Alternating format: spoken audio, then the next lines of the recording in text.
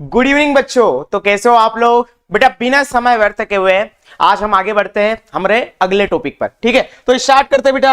Last class में हमने क्या क्या देख चुके हैं आपको पता है। हमने इंट्रोडक्शन देखा है, उसके बाद कुछ बेसिक चीजें देखी है, कुछ बेसिक सेल स्ट्रक्चर्स देखे हैं और कई प्रकार की कोशिकाएं थी, 200 अलग अलग प्रकार की कोशिकाएं थी। यस और नो? ठीक है, आगे बढ़ते हैं। ठीक है, बेसिक हमने एग्जांपल्स दिए थे। 2 प्रकार की कोशिकाएं थी, एक कोशिकीय और बहुकोशिकीय। ठीक है, इसके बाद हमने डिफरेंट टाइप्स की कोशिकाएं देखी। ठीक है, 200 डिफरेंट टाइप्स की सेल्स तो बेटा हमारी ह्यूमन बॉडी के अंदर है। ठीक है, कहां पर है? ह्यूमन बॉडी के अंदर ही 200 अलग अलग प्रकार की कोशिकाएं हैं। ठीक है, इसके बाद हमने अलग अलग स्ट्रक्चर्स देखे थे। ठीक है, इसमें हमने देखा था बेटा कि सबसे छोटी सेल कौन सी थी? माइकोप्लाज्मा गैलीसेप्टिकम, जो कि एक बैक्टीरिया था। ठीक है, इसके बाद सबसे बड़ी कोशिका भी देखी। सबसे बड़ी सेल जो थी वो कौन थी? ऑस्ट्रिच जो था। ठीक है, शुतुरमुर्ग का अंडा। ठीक है, 170 माइक्रोमीटर उसका डायमीटर था। इसके बाद मानव शरीर की सबसे लंबी कोशिका न्यूरॉन। ठीक है, सबसे छोटी कोशिका शुक्राणु। ठीक है, सबसे बड़ी कोशिका उआ जो अंडा था। ठीक है, फीमेल्स के अंदर। और एक कोशिका सेवल एसिटाबुलरिया की हमने बात करी थी, आपको कल डिटेल में क्लास में मैंने आपको समझाया। अब बेटा हम आगे बढ़ेंगे। ठीक है, किस तरह सेलुलर ऑर्गेनाइजेशन काम करता है। ठीक है, हमने देखा था बेटा कि कई सारी कोशिका इकट्ठा होकर क्या बना लेती है? टिश्यू बनाती है। मतलब ये कोशिका इकट्ठा होकर क्या बनाती है? उत्तक बनाती है। और ये उत्तक, ऐसे कई सारे उत्तक जो हमने देखे थे कि हमारे शरीर में कई सारे उत्तक पड़े हैं। ठीक है, एपिथेलियल उत्तक, इसके बाद मस्कुलर टिश्यू, इसके बाद अगर बात करूं संयुक्त उत्तक या कनेक्टिव टिश्यू, और चौथा जो होता है नर्वस टिश्यू। ठीक है, ऐसे चारों प्रकार के टिश्यू मिलकर ग्रुप ऑफ टिश्यू क्या बनाते हैं? ऑर्गन्स बनाते हैं। ठीक है, किडनी, लिवर, हमारा ब्रेन, स्टमक हो, अमाशय हो या इंटेस्टाइन हो, छोटी आंत हो, बड़ी आंत हो या गोनेट्स हो, जो सेक्स ऑर्गन्स कहलाते हैं, जो सेक्स का अंग कहलाते हैं। ठीक है, इनको भी हमारे टिश्यूज ही बनाते हैं, अलग अलग क्वांटिटी में इकट्ठा होकर। ठीक है, क्लियर है? इसके बाद कई सारे अंग मिलकर बेटा क्या बनाते हैं? अंग तंत्र बनाते हैं, ऑर्गन सिस्टम, जैसे डाइजेस्टिव सिस्टम, रेस्पिरेटरी सिस्टम, उत्सर्जन तंत्र। ठीक है, excretory system, circulatory system, nervous system, all this तंत्र मिलते हैं और क्या बनाते हैं? ऑर्गन, कई सारे सिस्टम बनाते हैं। और जब ऐसे कई सारे ऑर्गन सिस्टम किसी बॉडी में या किसी जीवधारी के अंदर प्रेजेंट होते हैं, उपस्थित होते हैं, तब जाकर एक जीवधारी कंप्लीट होता है। ठीक है, एक फ्लो चार्ट था, मैंने आपको डिस्कस कराया था। आगे बढ़ रहे बेटा। ठीक है, कल की क्लास में बेटा हमने क्या देख चुके हैं? कल की क्लास में हमने डिस्कवरी ऑफ सेल पढ़ चुके हैं। मजा आया था कल। किस तरह रॉबर्ट हुक ने बेटा 1665 के अंदर, 17वीं शताब्दी के अंदर अपने जुगाड़ के माइक्रोस्कोप, ठीक है, जुगाड़ के माइक्रोस्कोप की मदद से क्या किया था? ये क्या था बेटा? जुगाड़ का माइक्रोस्कोप उसने खुद बनाया था। मैंने आपको बताया था अंतर कि एक खोज और एक आविष्कार में क्या अंतर था। इसने, रॉबर्ट हुक ने 1665 में सिर्फ खोज ही नहीं करी कोशिका की, साथ में एक आविष्कार भी किया था, इन्वेंशन भी किया था, और वो भी उसका एक पुराना प्राचीन माइक्रोस्कोप। ठीक है, ये इमेज आपको दिख रही है यहां पर। क्लियर बेटा? आगे बढ़ते हैं। ठीक है, उसके बाद मैंने आपको बताया था अपने माइक्रोस्कोप की मदद से उसने छाल ली। किसकी ली छाल? स्पेनिश ओक प्लांट लिया, जिसका साइंटिफिक नेम कॉर्कस फैल्काटा था। इसके बाद उसने स्टडी करा और जब उसने पाया अपने माइक्रोस्कोप में, तो उसने क्या देखा अपने माइक्रोस्कोप में कि उसको जैसे मधुमक्खी का छत्ता होता है, मधुमक्खी के छत्ते में जिस तरह कंपार्टमेंट्स होते हैं, जो 6-6 साइड्स के कंपार्टमेंट दिखाई देते हैं, ये कंपार्टमेंट बेटा उसको दिखाई दिए। लेटर ऑन उसने इन कंपार्टमेंट्स को एक नाम दिया, जिसका नाम क्या था? सेल्यूली। ठीक है, ये कैसे चैम्बर्स थे जिनकी 6-6 साइडें थी। ठीक है, किस तरीके से? इस तरीके से हेक्सागोनल बोलते हैं इसको। ठीक है, हेक्सागोनल साइड से जिस तरह ये मधुमक्खी के अंदर आपको छत्ते के अंदर दिखाई दे रहा है। ठीक है, सेम उस तरह उसको दिखाई दिया था। आफ्टर इसके इन्होंने इसको सेल्यूली नाम दिया था, जिसका मीनिंग क्या था? अ लिटिल रूम, या एक छोटा सा कमरा। ठीक है, उस छोटे से कमरे को लेटर ऑन हमने क्या नाम दे दिया बेटा? सेल। ठीक है, जिसके बारे में हम पढ़ रहे हैं, जिस चैप्टर को हम पढ़ रहे हैं, इसको हम हिंदी को में क्या कहते हैं? कोशिका हमारे जीवन की इकाई। क्लियर है बेटा? ठीक है, अब क्योंकि बेटा रॉबर्ट हुक ने भी जो डिस्कवरी करी थी, रॉबर्ट हक ने जो डिस्कवरी करी थी वो एक सेल की जरूर करी थी, लेकिन वो क्या था? एक डेड सेल था, मरा हुआ सेल था। ठीक है, लेकिन डिस्कवरी तो डिस्कवरी थी, भले ही मरा हो या जिंदा हो, सेल की तो खोज करी उसने। ठीक है, by the help of his primitive microscope, उसके एक जुगाड़ के माइक्रोस्कोप जो पुराना था, उस समय टेक्नोलॉजी उतनी नहीं होने के कारण। ठीक है, आज टेक्नोलॉजी हमारे पास इलेक्ट्रॉन माइक्रोस्कोप है बेटा।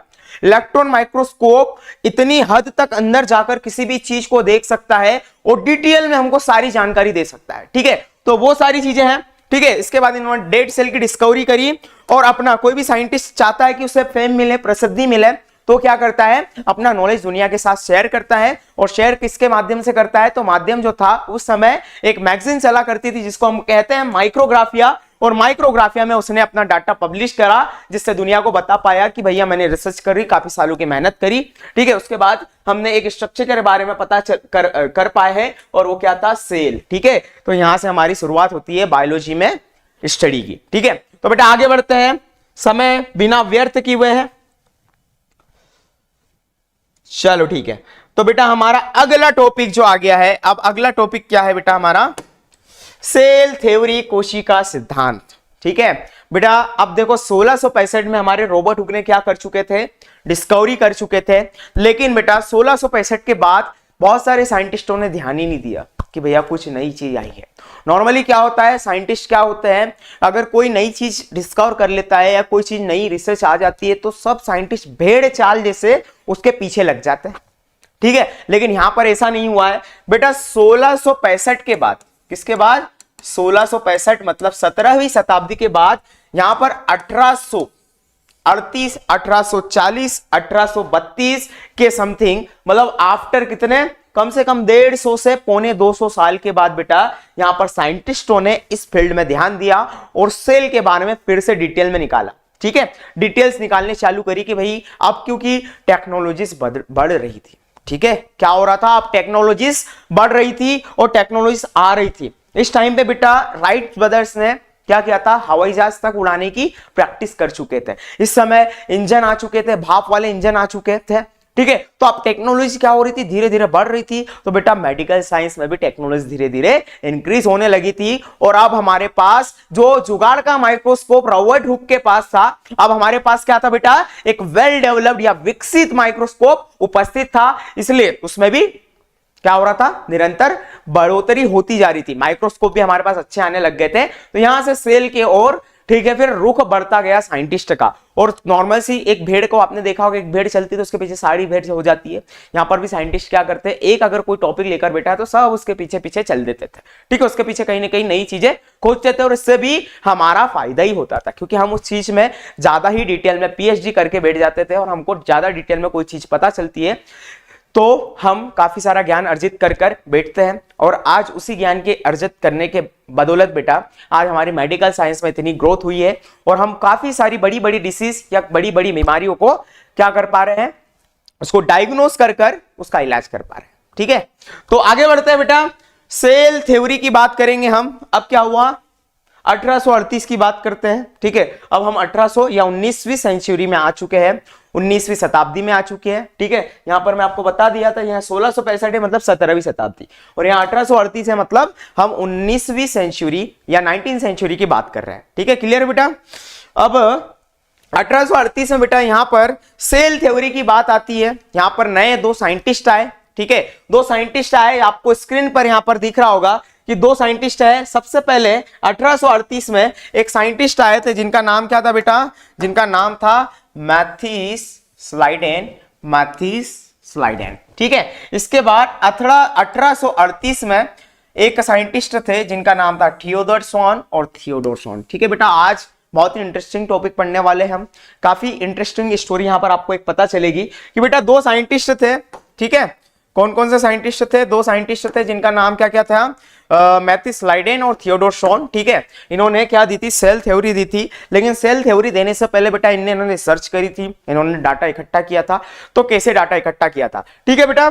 तो 1838 में एक साइंटिस्ट थे जिनका नाम क्या था, मैथिस स्लाइडेन बेटा। अगर मैं बात में इनकी, अगर नॉर्मली हम किसी डॉक्टर की बात करें तो हम उसकी डिग्री की पहले बात करते हैं, ठीक है। तो ये हमारे साइंटिस्ट थे, ठीक है। और साइंटिस्ट भी कौन से थे बेटा, बॉटेनिस्ट थे। क्या थे ये, बॉटेनिस्ट थे। बॉटेनिस्ट मतलब क्या होता है, नॉर्मली क्या होता है कि साइंस को हमने, अगर मैं बात करूं बायोलॉजी को हमने दो पार्ट में डिवाइड करके रखा है। एक होता है बॉटनी और एक होता है जूलॉजी। जूलॉजी में बेटा हम जंतुओं की बात करते हैं, एनिमल्स की स्टडी की बात करते हैं। और बॉटनी के अंदर हम क्या करते हैं, प्लांट्स की स्टडी की बात करते हैं, मतलब पादपों की स्टडी की बात करते हैं, ठीक है। तो प्लांट्स की स्टडी कौन करता है, एक बॉटनिस्ट करता है।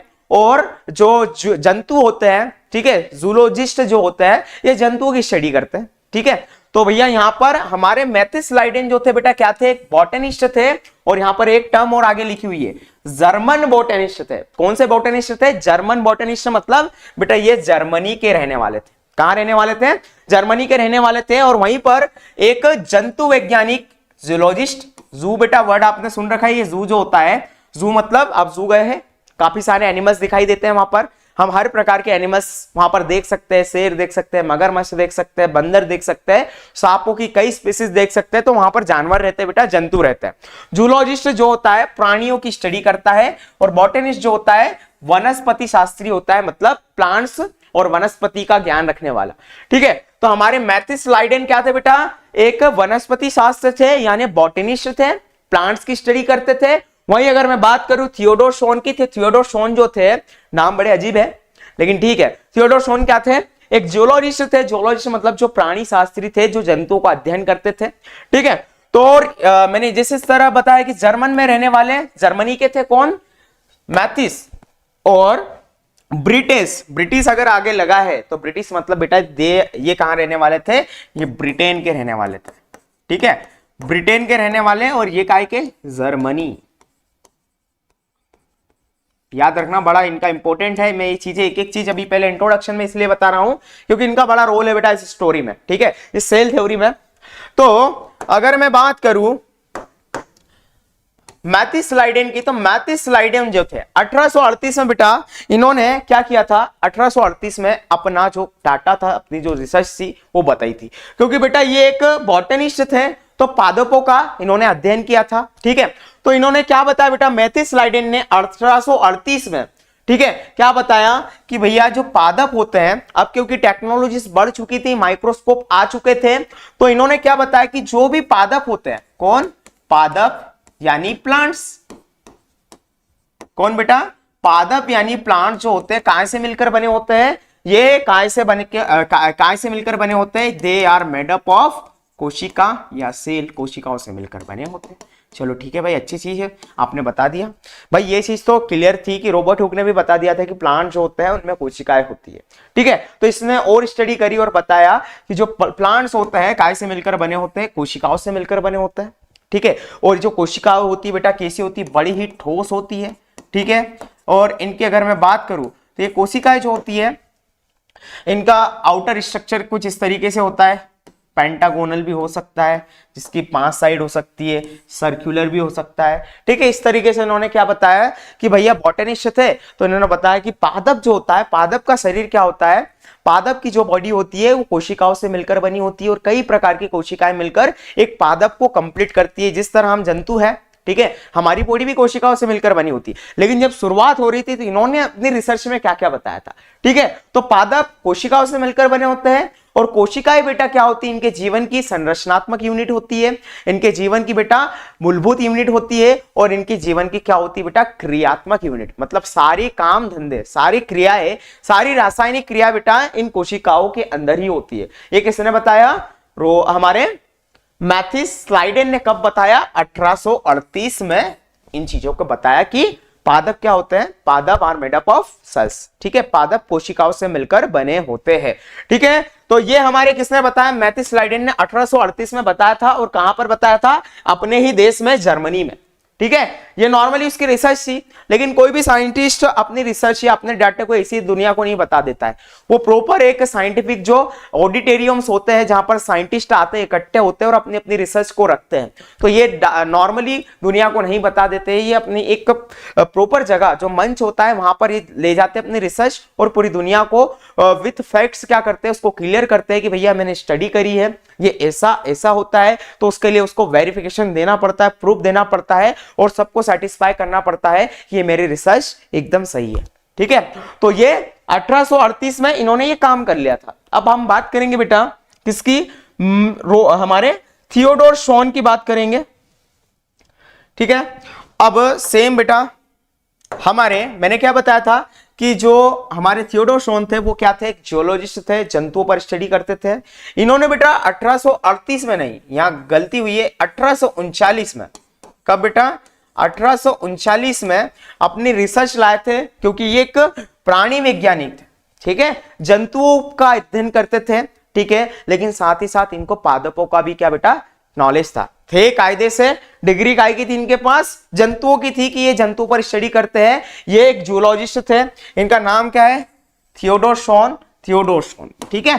थियोडोर शॉन जो थे इन्होंने जंतुओं पे स्टडी करी और बेटा लास्ट में इन्होंने भी स्टडी कर क्या बताया कि जितने भी जंतु होते बेटा, जितने भी जंतु होते, जितने भी एनिमल है, जितने भी जानवर है बेटा, ये एक चीज से मिलकर बने होते हैं और उसको क्या कहते हैं, कोशिका, ठीक है। ये कोशिकाओं से मिलकर बने होते हैं, यानी कि सेल से मिलकर बने होते हैं। और यही कोशिका बेटा इनके जीवन की क्या होती है, संरचनात्मक, मतलब इनकी बॉडी की संरचना का काम भी कौन करता है, कोशिका करता है। इनकी बॉडी की मूलभूत इकाई, मूलभूत मतलब फंडामेंटल यूनिट कौन है, बेसिक। जिस तरह मैंने आपको बताया था कि एक बिल्डिंग को बनाने के लिए ईंट है उसकी बेसिक चीज है, फंडामेंटल है, इकाई है।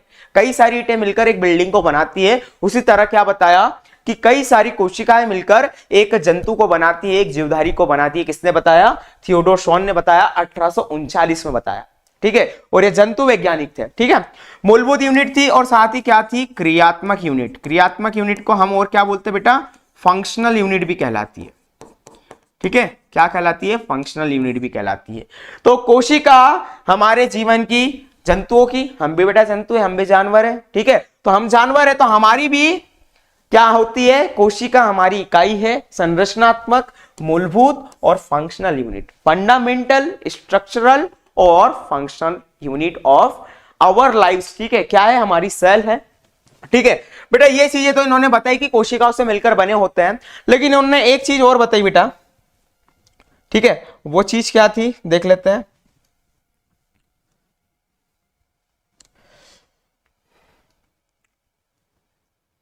एक मिनट,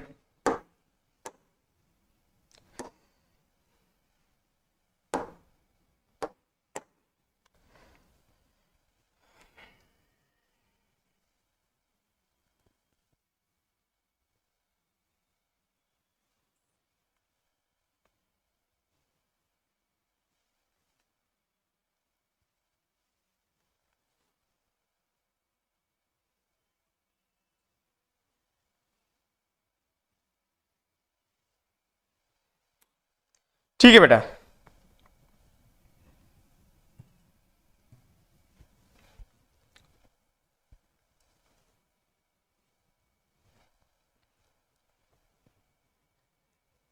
हाँ, हम कहा थे कि जूलॉजिस्ट जो थे, जूलॉजिस्ट कौन थे, थियोडोर शॉन। इन्होंने क्या बताया, कोशिका हमारे जीवन की संरचनात्मक, क्रियात्मक और मूलभूत इकाई है, ठीक है। साथ ही साथ बेटा हमारे थियोडोर शॉन ने क्या बताया, थियोडोर शॉन ने एक चीज और बताई, वो क्या थी, वो ये थी कि जो हमारे सेल्स होते हैं या कोशिकाएं जो होती, कोशिकाओं से मिलकर जंतु की बॉडी मिलकर बनी होती है, काय से मिलकर बनी होती है, कोशिकाओं से मिलकर बनी होती है।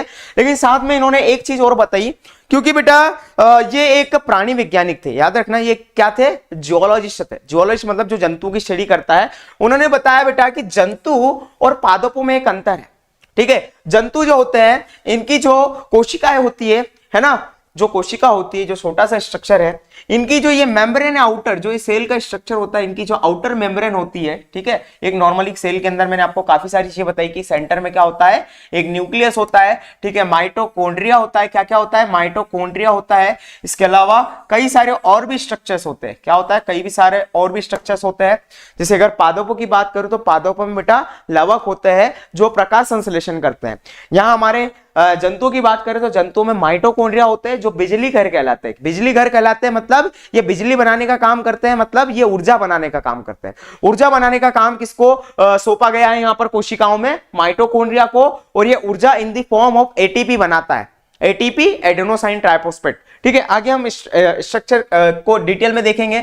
इसके बाद इसके पास क्या होती है, अंतःप्रदव जालिका, मतलब एंडोप्लाज्मिक रेटिकुलम आसपास होती है। साथ ही में गोल्गी कॉम्प्लेक्स प्रेजेंट होता है बेटा। गोल्गी कॉम्प्लेक्स कई सारे कामों में हेल्प करता है, ठीक है। इसके अलावा राइबोसोम्स, लाइसोसोम्स, ऐसे कई सारे स्ट्रक्चर्स होते हैं, ठीक है। तो यहां पर बेटा हमारे रॉबर्ट हुक ने नहीं, हमारे थियोडोर शॉन जो कि एक जंतु वैज्ञानिक थे, यानी प्राणी शास्त्र थे, जियोलॉजिस्ट थे। तो इन्होंने क्या बताया कि जंतु जो होते हैं, कौन बेटा, जो जंतु होते हैं उनकी कोशिकाओं में और पादपों की कोशिकाओं में अंतर है।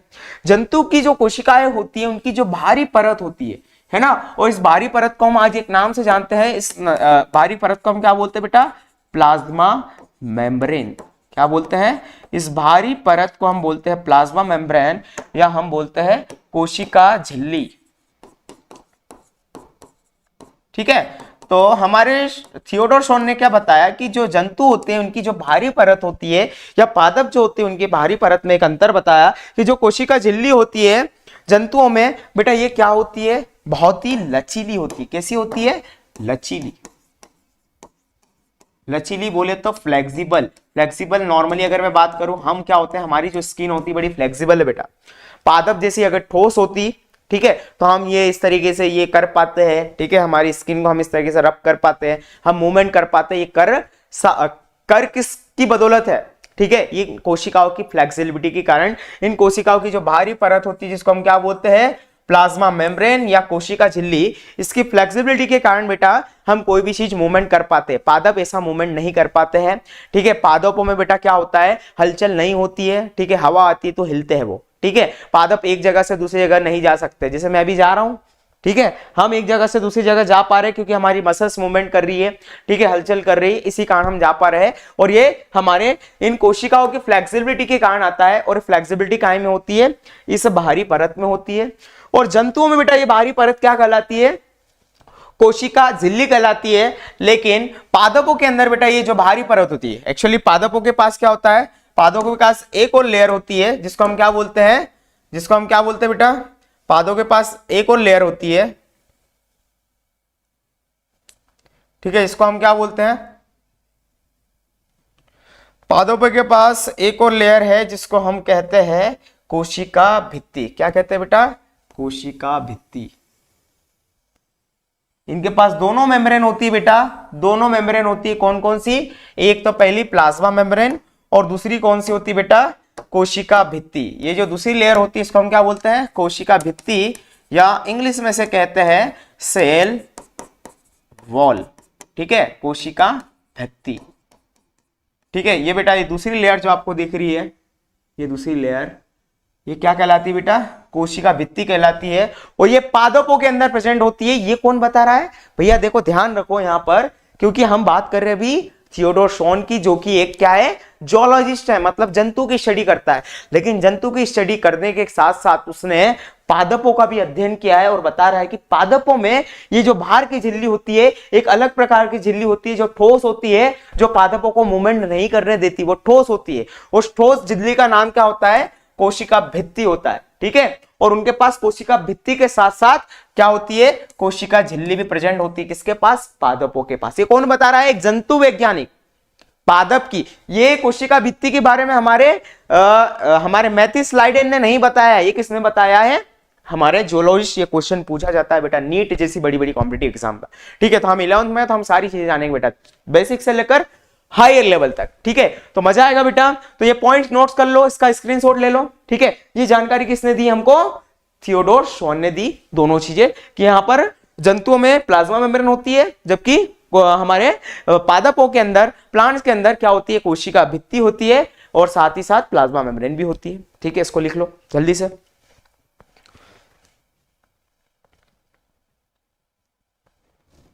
तो बेटा हम कहां तक आ चुके हैं, 1839 में क्या हुआ, 1839 में हमारे ब्रिटिश जूलॉजिस्ट थियोडोर शॉन और 1838 में मैथ्यू स्लाइडेन। ठीक है, स्लाइडेन, इनको शॉर्ट में हम एक और नाम से जानते हैं, स्लाइडेन और शॉन। ठीक है, हम यही दो नाम लेते हैं, नाम बड़े लंबे होते हैं। ठीक है, स्लाइडेन और शॉन ने क्या किया, काफी नॉलेज निकाला। इन्होंने पादपों के बारे में निकाला और इन्होंने जंतुओं के बारे में निकाला। अभी तक हमने इतना स्टडी कर चुके हैं, इसके इरेज कर लेते हैं। अब बारी आती है बेटा सेल थ्योरी की, कि सेल थ्योरी एक्चुअली है क्या।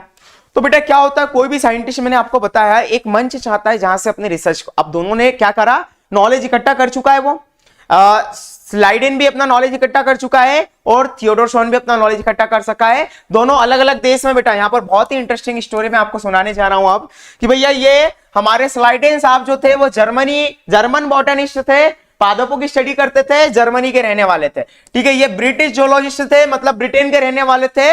भैया ब्रिटेन और जर्मनी में बहुत अंतर है, दोनों अलग अलग देश है। यहां पर सबसे मेन चीज यही है कि दोनों अलग अलग देश में थे और बेटा एक ही चीज की बात कर रहे थे, कोशिका की, कोशिका। ठीक है, एक पादपों में बात कर रहा था और एक काय में बात कर रहा था, एक जंतुओं में बात कर रहा था। ठीक है, एक जूलॉजिस्ट था और एक बॉटनिस्ट था। दोनों ने बेटा लगभग एक ही टाइम पर 1838 और इसने 1839 के अंदर, ठीक है, एक ही टाइम पर कोशिका के बारे में अध्ययन कर रहे थे। दोनों अलग अलग देश में थे, दोनों एक दूसरे को नहीं जानते थे और एक ही चीज के बारे में उन्होंने अध्ययन किया। उसने पादपों में किया, बस अंतर यही है कि उसने पादपों में किया और इसने जंतुओं में किया। ठीक है, तो बेटा हुआ क्या, अब ये मंच में जाते हैं, एक ऑडिटोरियम होता है, साइंटिस्ट जो वैज्ञानिक होते हैं एक सभा में इकट्ठा होते हैं और सब अपनी अपनी रिसर्च लेकर आते हैं। ठीक है, क्या करते हैं, सब अपनी अपनी रिसर्च लेकर आते हैं। ठीक है, सब अपनी अपनी रिसर्च लेकर आते हैं और नॉर्मली क्या होता है कि कोई भी अपनी रिसर्च लेकर आता है तो उसका क्या होता है, एक मतलब एक नाम होता दिया जाता है कि ये साइंटिस्ट आए हैं, इन्होंने आज इसके बारे में बताएंगे, आज इसके बारे में बताएं। जब उन्होंने इस चीज को देखा बेटा नोटिस बोर्ड पे कि जो चीज हम लेकर आए, मतलब जब स्लाइडेन ने देखा और श्वान दोनों ने देखा कि हम अलग अलग हैं और मेरी रिसर्च कोई और लेके कैसे आ गया। भाई ये भी कोशिका का नाम लेकर आया था और ये भी कोशिका का नाम लेकर आया था, लेकिन इन दोनों को नहीं पता था कि ये पादपों के बारे में बता रहा है और ये जंतुओं के बारे में बता रहा है। तो बेटा वो दोनों कंफ्यूज हो गए और एक दूसरे को देखे। ठीक है, इसने भी कोशिका के बारे में लाया, इसने भी कोशिका, दोनों अलग अलग देश के हैं। तो बेटा दोनों के अंदर डाउट आया कि भैया ये मेरी रिसर्च किसी ने चोर तो नहीं ली। ठीक है भाई, वो ओबियस है, कोई आप इतनी बड़ी चीज एक देश से दूसरे देश में जा रहे हो और वहां पर रिसर्च लेकर जा रहे हो, पता चल रहा है कि आपका जो काम करने गए थे वो ऑलरेडी किसी ने चुरा लिया है, तो इसमें बड़ा कितना बड़ा झटका लगेगा नॉर्मली। तो बेटा झटका इन दोनों को लगा। ठीक है, झटका इन दोनों को लगा और दोनों एक दूसरे से मिले, भाई तू मेरी रिसर्च कहां से ले आया। ठीक है, ये तो मैं लेके आया हूं। जब दोनों की बातें हुई तो उन्होंने बताया भाई ये मेरी रिसर्च लाया हूं, ठीक है, और ये मेरी रिसर्च लाया, तो को अगर लग रहा है तो देख ले, मेरा ज्ञान है, ये मेरी सारी चीज है। ठीक है, तो जब दोनों ने आपस में डिस्कशन किया तो उनको पता चला कि भैया ये स्लाइडेन श्वाब जो थे ये काय के बारे में बता रहे थे, पादपों के बारे में बता रहे थे कि पादप क्या होते हैं, कोशिकाओं से मिलकर बने होते हैं। और हमारे थियोडोर शॉन जो तो बता रहे थे वो काय के बारे में बता रहे थे, एनिमल्स, जंतुओं के बारे में बता रहे थे कि जंतु जो होते हैं वो काय से मिलकर बने होते हैं, कोशिकाओं से मिलकर बने होते हैं। ठीक है, तो उनका डाउट क्लियर हो जाता है यहीं पर। ठीक है, दोनों अपनी रिसर्च को अच्छे से संभाल कर रखते हैं और फिर दोनों बोलते हैं कि तुम्हारे पास भी पादपों का नॉलेज है, हमारे पास भी, मेरे पास भी जंतुओं का नॉलेज है। तो दोनों बेटा क्या करते हैं, आपस में बातचीत करते हैं और एक निर्णय लेते हैं, एक डिसीजन लेते हैं, क्यों ना हम अपना दोनों का जो नॉलेज है उसको एक साथ मिला दे। ठीक है, अपने दोनों के नॉलेज को एसोसिएट कर दे और दुनिया को एक नई चीज दे जिससे हमारे साइंस में आगे बढ़ेगी, साइंस इससे हमारी आगे बढ़ेगी। साइंस में जो चीजें हम ला रहे हैं, ठीक है, उसमें कुछ ना कुछ आगे ही हम इसको लेकर जाएंगे। तो हम दोनों अपना नॉलेज शेयर कर लेते हैं और एक सिद्धांत दे देते हैं, हम हमारे नॉलेज को इकट्ठा करके एक सिद्धांत दे देते हैं और सेल थ्योरी दे देते हैं। ठीक है, तो इन दोनों ने क्या किया, आपस में टाई अप कर लिया, आपस में बातचीत कर ली। ठीक है, और इन्होंने क्या किया, पार्टनरशिप कर ली और इन्होंने क्या किया, बोला कि तू तेरा नॉलेज दे, मैं मेरा नॉलेज देता हूं, हम इकट्ठा करते हैं नॉलेज को, क्योंकि हम दोनों एक ही चीज के बारे में बता रहे हैं। और क्या थी, कोशिका, बस इसने पादपों में, उसने जंतुओं में बताया था। ठीक है, तो ये क्या करते हैं बेटा, दोनों अपना नॉलेज क्या करते हैं, आपस में शेयर कर लेते हैं और तब जाकर ये सिद्धांत देते हैं, कौन सा, कोशिका सिद्धांत। ठीक है, तो कोशिका सिद्धांत के अंदर बेटा ये क्या क्या बताते हैं तो हम देख लेते हैं।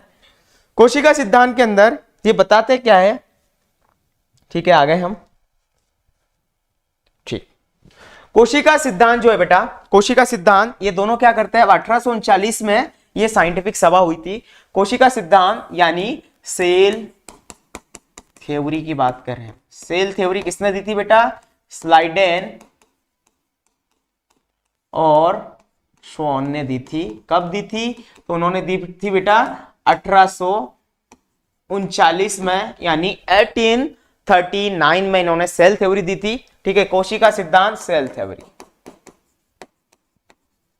ठीक है, तो बेटा इन्होंने क्या किया, अपना नॉलेज, भैया दोनों ने क्या किया, अपना नॉलेज शेयर किया, एक दूसरे से मिली भगत करी और क्या किया उन्होंने, एक ने अपना पादप का नॉलेज और इसने जंतु का नॉलेज क्या किया, इकट्ठा करा और फिर इन्होंने इकट्ठा करके कुछ पॉइंट्स दिए और पॉइंट्स आपके सामने हैं।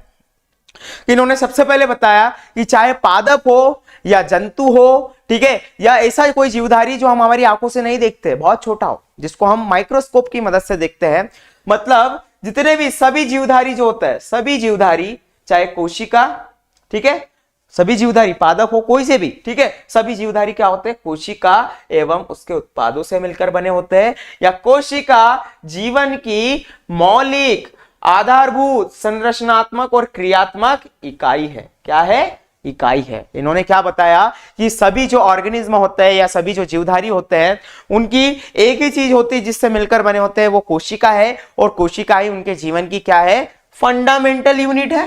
क्या होती है, फंडामेंटल, ठीक है, बेसिक। मैंने जिस तरह बताया एक बिल्डिंग को बनाने के लिए आपको ईंटों की जरूरत पड़ती है, या एक लड्डू को बनाने के लिए बूंदियों की जरूरत पड़ती है, या अगर मैं 2000 के नोट की बात करूं, 1000 के नोट की बात करूं, 500 के नोट की बात करूं, तो ये बनाने में भी आपको पहले एक एक रुपए को इकट्ठा करना पड़ेगा। तो वही एक एक रुपए की जगह कौन लेता है, ये कोशिका लेता है, कि यही कोशिकाएं, काफी सारी कोशिकाएं मिलकर किसी जीवधारी को बनाती हैं। दो प्रकार के ऑर्गेनिज्म हम देख चुके हैं ऑलरेडी, एक होते हैं एक कोशिकी और एक होते हैं बहुकोशिकी। जो एक कोशिका से मिलकर बने होता है वो हमने बैक्टीरिया वगैरह सारे देखे, और जो कई सारी कोशिकाओं से मिलकर बने होते हैं, पादप होते हैं, जंतु होते हैं, फंगस होती है, सारे स्ट्रक्चर्स मैंने आपको पहले एग्जांपल दे चुका हूं। तो बेटा ये हमारी क्या होती है, आधारभूत, फंडामेंटल, या सबसे बेसिक, संरचना तक बोले तो स्ट्रक्चरल यूनिट, स्ट्रक्चर बनाने का काम भी करती है, ठीक है, और साथ में क्रियात्मक यूनिट, मतलब सारी रासायनिक क्रियाएं, जो भी काम धंधे होते हैं जीवधारियों के अंदर, चाहे श्वसन हो, पाचन हो, उत्सर्जन हो, सारी चीजें कौन करता है, ये हमारी कोशिका करता है। मतलब ये फंक्शनल यूनिट, मतलब सारे काम धंधे संभालता है कौन, हमारा कोशिका या सेल, ठीक है। तो इन्होंने सबसे पहले पॉइंट में क्या बताया, दोनों ने मिलकर, चाहे पादप हो या जंतु हो, ये क्या होती है, मौलिक इकाई होती है, आधारभूत इकाई होती है, ठीक है, क्लियर है। इसके बाद बेटा उन्होंने क्या बताया, इसके बाद उन्होंने एक चीज और बताई, एक सेकेंड,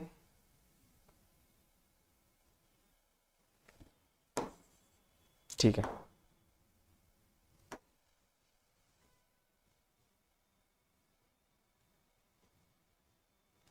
इसके बाद दूसरा पॉइंट बेटा चले गया है, देख लेते हैं हम। दूसरा पॉइंट उन्होंने क्या बताया कि जो कोशिका होती है, कौन बेटा, जो कोशिका होती है,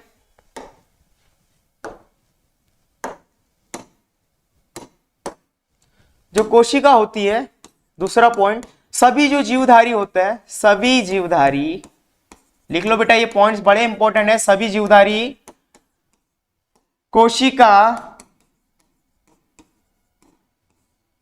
एवं उसके उत्पादों से मिलकर बने होते हैं। ये बात सही है बेटा, सभी जीवधारी कोशिका एवं उसके उत्पादों से मिलकर बने होते हैं, ठीक है। हम इसको लिख सकते हैं, all organism are made up of cell and their products, ठीक है, लिख लिया आपने। इसके बाद हम लिख सकते हैं तीसरा पॉइंट, जो हम लिखेंगे यहां पर, तीसरा पॉइंट क्या है बेटा,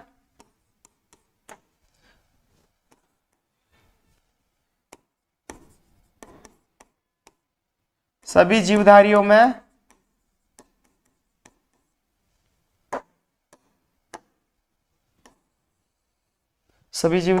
क्या होता है बेटा, या कोशिका ही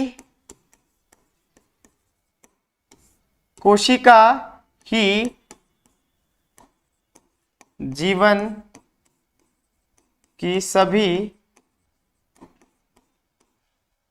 क्रियाएं, और क्रियाएं वो भी बेटा कौन सी, वाइटल एक्टिविटीज, वाइटल एक्टिविटीज मतलब जो जरूरी है, जो जरूरी क्रियाएं है, वाइटल एक्टिविटीज, ठीक है, करवाती है। कोशिका ही जीवन की सभी क्रियाएं करती है या करवाती है, ठीक है, लिख लो बेटा, ये पॉइंट इंपॉर्टेंट है, नोट डाउन कर लो, ठीक है। अब इनको जरा हम समझ लेते बेटा, ठीक है।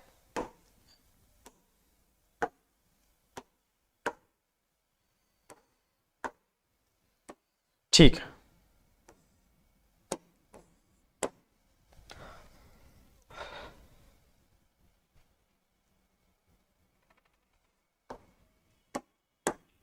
लिख लिया, नोट डाउन कर लिया बेटा आपने। अब बेटा मैंने आपको सबसे पहले बताया कोशिका जीवन की मौलिक इकाई है, कोशिका जीवन की संरचनात्मक इकाई है, कोशिका जीवन की क्या है बेटा क्रियात्मक यूनिट भी है। ठीक है, अब हम बात कर रहे हैं बेटा सभी जीवधारी। अब सेकंड जो सेल थ्योरी जो स्लाइडेन और शॉन ने 1839 में दी, उसमें सेकंड पॉइंट में क्या बता रहे हैं, क्योंकि अब ये दोनों अपना नॉलेज इकट्ठा कर चुके हैं। ठीक है, तो उन्होंने क्या बताया, जितने भी जीवधारी है, ठीक है, जितने भी जीवधारी है वो काय से मिलकर बने होते हैं, कोशिकाओं से मिलकर बने होते हैं एवं उनके उत्पादों से मिलकर बने होते हैं। दिख रहा है बेटा, सभी जीवधारी, ठीक है, कोशिका एवं उसके उत्पादों से मिलकर बने होते हैं। क्लियर है बेटा, सभी जीवधारी कोशिका एवं उसके उत्पादों से मिलकर बने होते हैं। मतलब चाहे पादप हो, चाहे माइक्रो ऑर्गेनिज्म हो जो हमको नहीं दिखते, चाहे वो जंतु हो, उनकी जो बॉडी होती है कोशिकाओं से मिलकर बनी होती है और उनके उत्पादों से। तो बेटा कोशिकाओं से तो समझ में आ गया, लेकिन सर ये उत्पादों से समझ में नहीं आ रहा। तो बेटा अगर मैं नॉर्मली आपको बात करूं तो एक जो कोशिका होती है, ठीक है, उत्पादों से मैं क्या बोल रहा हूं, सारी क्रियाएं, ठीक है, सारी क्रियाएं हमारे काय में होती है, सेल के अंदर होती है, यस और नो, अरे होती है। सेल के अंदर बेटा माइटोकॉन्ड्रिया, तो माइटोकॉन्ड्रिया के अंदर बेटा श्वसन भी होता है, ठीक है, सेल के अंदर न्यूक्लियस है, सेल के अंदर बाकी स्ट्रक्चर्स भी है, ये सारी चीजें होती है कि नहीं। एक सेकंड, सेल के अंदर काफी सारे स्ट्रक्चर्स है, ठीक है, सेल के अंदर काफी सारे स्ट्रक्चर्स है, ये सेल ही होता है बेटा, ठीक है, ये सेल ही होता है जिसके अंदर क्या होती है, सारी क्रियाएं होती है, जैसे श्वसन,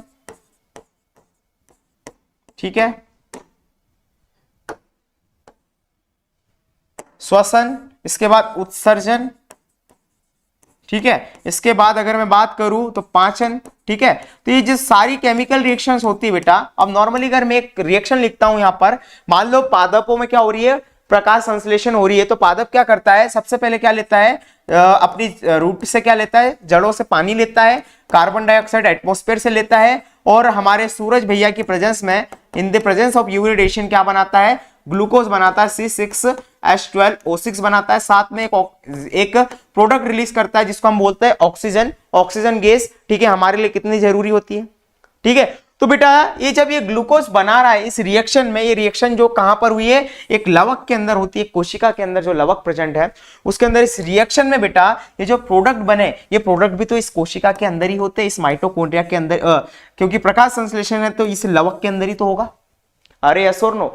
उसी तरह अगर मैं बात करूं बेटा, उसी तरह अगर मैं बात करूं, ठीक है, तो अगर हम श्वसन की बात करें, श्वसन की रिएक्शन आपको पता होगी, श्वसन की रिएक्शन आपको पता है क्या, मैं दिखा देता हूं आपको। श्वसन में क्या होता है, नॉर्मली हम क्या करते हैं, हमारी बॉडी के अंदर श्वसन होता है, हम रेस्पिरेशन करते हैं, तो हम क्या करते हैं, सबसे पहले ग्लूकोज लेते हैं, C6H12O6, ये हमारी कोशिकाओं में होता है, साथ ही साथ बेटा क्या होता है प्रेजेंट, ऑक्सीजन जो हम लेते हैं, ठीक है, हम सांस लेते हैं, और अब पाचन तंत्र के थ्रू हमारी बॉडी में क्या किया जाता है, हम ग्लूकोज या फूड को या भोज्य पदार्थ को हमारी ब्लड वेसल्स में डालते हैं, और ये ब्लड फिर हमारी कोशिकाओं में इन दोनों चीजों को लेकर जाता है, किसको, ग्लूकोज को और किसको, ऑक्सीजन को, ऑक्सीजन गैस को लेकर जाता है।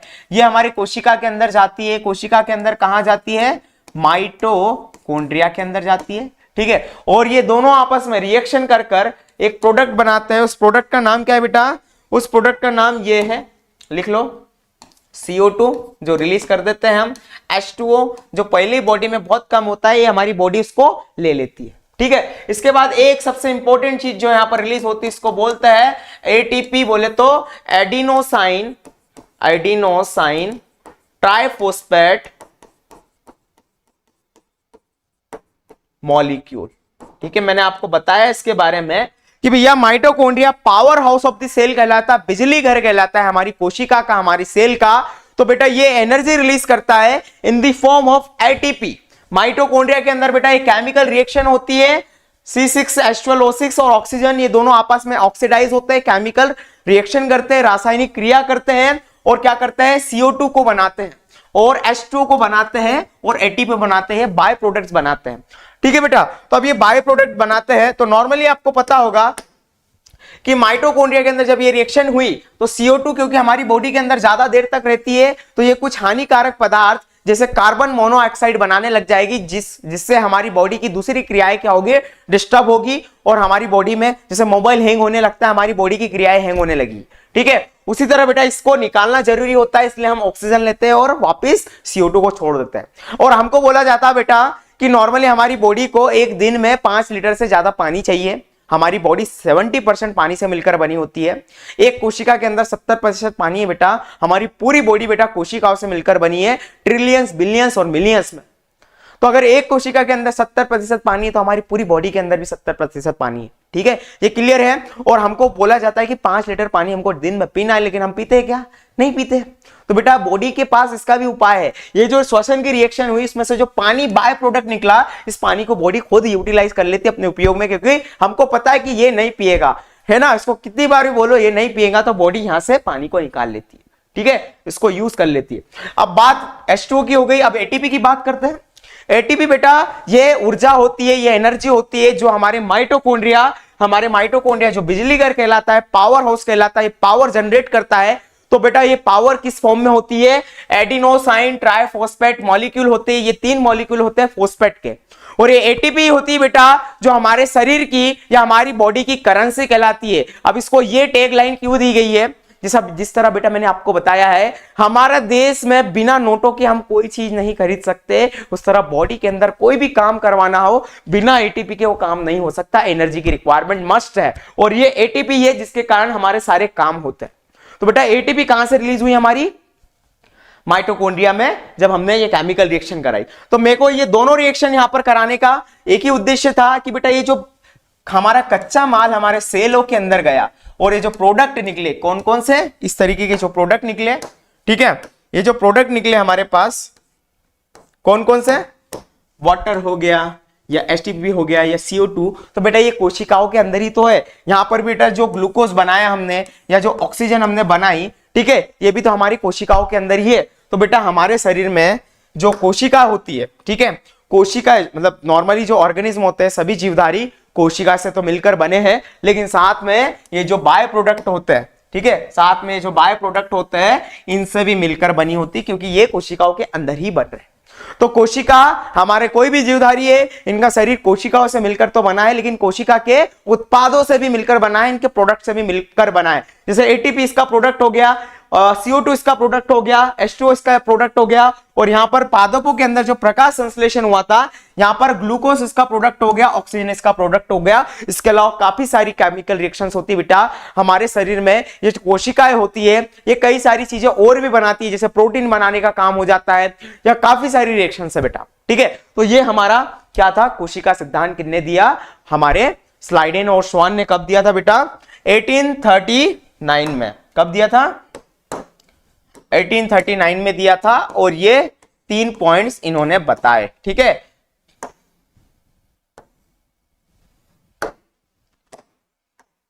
में ये हमारा कोशिका सिद्धांत इन्होंने दिया।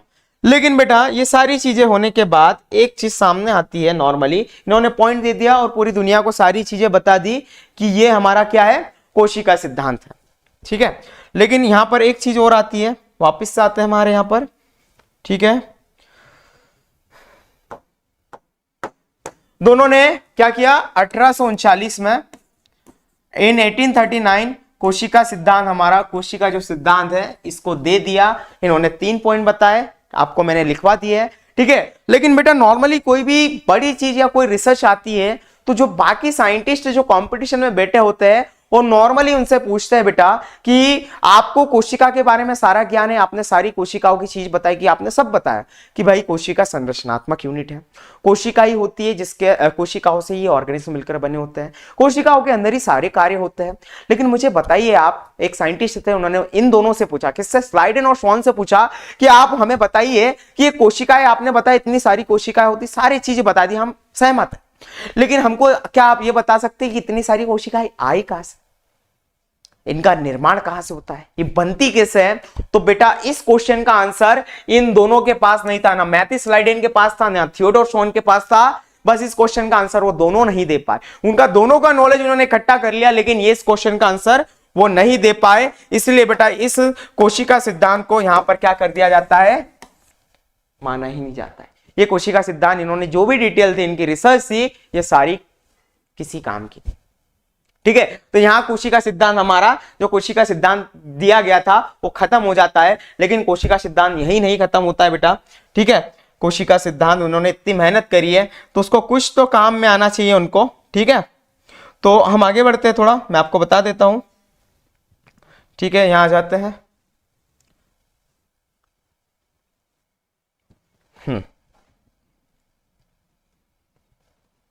ठीक है, कोशिका सिद्धांत बेटा यही खत्म नहीं होता। अब 1839 के अंदर इन्होंने कोशिका सिद्धांत दिया, लेकिन इस क्वेश्चन का आंसर नहीं दे पाए कि नई कोशिकाएं कहां से आती है, नई कोशिकाएं बनती कैसी है, इस चीज का वो आंसर नहीं दे पाए। ठीक है, नई कोशिकाएं कहां से आती है या बनती कैसे, इसका आंसर ये दोनों नहीं दे पाए। ठीक है, तो बेटा अब क्या होता है, क्योंकि 1839 में इन्होंने ये सारी चीजें करी थी, अब समय बढ़ा। 1839 के बाद बेटा क्या होता है कि समय के साथ टेक्नोलॉजी बढ़ती जा रही थी, इनको अभी इतना अध्ययन नहीं कर पाए थे कि ये कोशिकाओं के एकदम डीपली जाकर उसको एब्जॉर्व कर सकते कि ये अपना हलचल कैसे कर रही है, कैसे नई नई चीजें बना रही है, या इनका प्रजनन जो होता है या एक कोशिका से दूसरी कोशिका कैसे बनती है, इसके बारे में ये उस समय की टेक्नोलॉजी के कारण इस चीज को नहीं जान पाए थे। अब जैसे जैसे टेक्नोलॉजी बढ़ी थी, 1839 के बाद 1845, 50 और 1855, ठीक है 1855 तक बेटा यहां पर टेक्नोलॉजी आ चुकी थी, है ना, टेक्नोलॉजी आ चुकी थी। और 1855 में एक साइंटिस्ट आते हैं, क्या, ठीक है, 1855 में एक साइंटिस्ट आते हैं जिनका नाम क्या था, रुडोल्फ विर्चो। क्या नाम था बेटा, रुडोल्फ विर्चो। बेटा रुडोल्फ विर्चो ने 1855 में, क्योंकि अब टेक्नोलॉजी आ चुकी थी, 1850 में बेटा एक चीज हो चुकी थी। 1850 में एंटोन वॉन लेवनहॉयक ने एक इंप्रूव्ड माइक्रोस्कोप, एक विकसित माइक्रोस्कोप क्या किया था, आविष्कार कर चुका था, वो खुद का माइक्रोस्कोप बना चुका था और पहली जीवित कोशिका को उसने क्या किया था, खोज चुका था। और पहली जीवित कोशिका के अंदर बेटा कई सारी चीजें थी, बैक्टीरिया भी थे, जो तालाब के अंदर बैक्टीरिया थे उनको भी ये ढूंढ चुका था। ठीक है, साथ में जो डॉग होते हैं, ठीक है, उनके जो शुक्राणु होते हैं, उनके स्पर्म सेल्स को भी ये देख चुका था। यहाँ साथ ही साथ हमारी जो ह्यूमन आरबीसी होती है, रेड ब्लड सेल्स होते हैं, लाल रक्त कणिकाएं जो होती है, इनको भी ये देख चुका था। ठीक है बेटा, तो यहां पर रुडोल्फ विर्चो ने बेटा क्या किया था, 1855 के अंदर, 1855 के अंदर ये अपने माइक्रोस्कोप की, इस इंप्रूव्ड माइक्रोस्कोप की मदद से, क्योंकि अब टेक्नोलॉजी बढ़ चुकी थी, तो इस इंप्रूव्ड माइक्रोस्कोप की मदद से ये इस पॉइंट तक पहुंच गया। इन्होंने क्या किया, अपने माइक्रोस्कोप से उन सेल के अंदर क्या हो रहा है, उन चीजों को डिटेल में ऑब्जर्व किया और उसको पता चला कि जो कोशिकाएं होती है, जो क्वेश्चन पूछा गया था हमारे स्लाइडेन और शॉन से कि नई कोशिकाएं आती कैसी है, उसका जवाब किसने दिया, रुडोल्फ विर्चो ने जवाब दिया। और इसने क्या बताया, ओमनिस सेल्यूला ई सेल्यूला। रुडोल्फ विर्चो ने अपनी लैंग्वेज में क्या बताया, ओमनिस सेल्यूला ई सेल्यूला, जिसका मतलब क्या होता है बेटा, new sales arise from pre existing cells. क्या होता है, मतलब जो नई कोशिकाएं होती है, नई कोशिकाएं पुरानी या पूर्व स्थित कोशिकाओं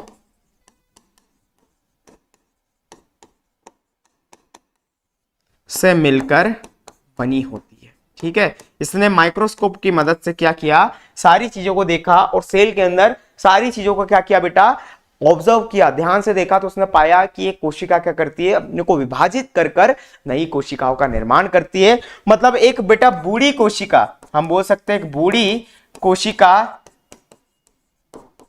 विभाजित होकर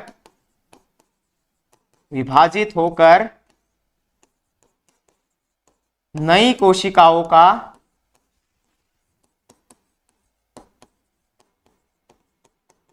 का निर्माण करती है।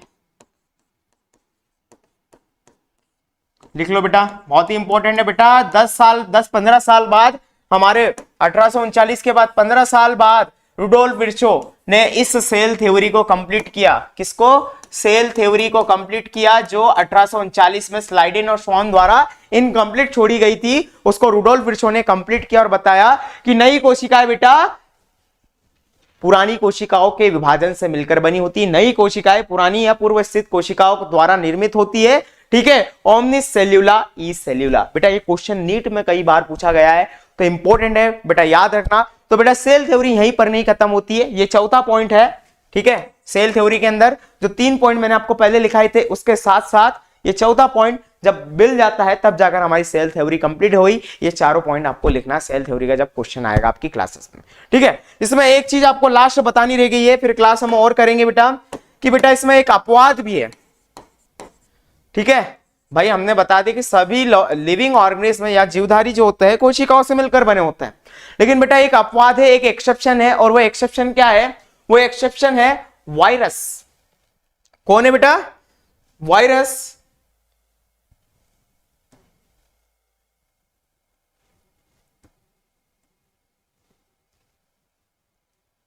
ठीक है, वो एक्सेप्शन क्या है? वायरस। वायरस यानी विषाणु। एक होता है बैक्टीरिया जिसको हम बोलते हैं जीवाणु, और एक होता है वायरस जिसको बोलते हैं विषाणु। बेटा ये विषाणु नॉर्मली आपने देखा होगा, अभी कोरोना वायरस आके गया, हवा से सारी चीजें से बहुत परेशान करके गया। तो बेटा इसकी एक्चुअली ये परेशान इतना क्यों कर जाता है, उसके पीछे रीजन ये है कि वायरस जो होता है बेटा, नॉर्मली अगर किसी जीवधारी, एक जीवित जीवधारी के अंदर या एक लिविंग ऑर्गेनिज्म के अंदर जब रहता है, तो वो क्या कैसे बिहेव करता है? जैसे वो एक जीवित है, ऑर्गेनिज्म है। मतलब वायरस अगर हमारी बॉडी के अंदर रहता है, क्योंकि हम जीवित है, हमारी बॉडी के अंदर आ जाता है तो ये जीवित दिखता है, लेकिन हमारी बॉडी से जब बाहर रहता है तो क्या होता है? ये निर्जीव होता है। ठीक है, इसके अंदर जीवन नहीं होता, ये सजीव की कैटेगरी में नहीं आता, नॉन लिविंग कहलाता बेटा। ठीक है, तो वायरस बेटा, क्योंकि अगर नॉर्मली अगर मैं बात करूं, एक कोशिका को हम कोशिका कब कहते हैं? ठीक है, तो वायरस तो होता क्या है? वायरस एक राइबो न्यूक्लियो प्रोटीन स्ट्रक्चर है। क्या है? राइबो न्यूक्लियो प्रोटीन स्ट्रक्चर है। ठीक है, वायरस जो होता है इसका जेनेटिक मटेरियल क्या होता है बेटा? वायरस का जेनेटिक मटेरियल क्या होता है? आरएनए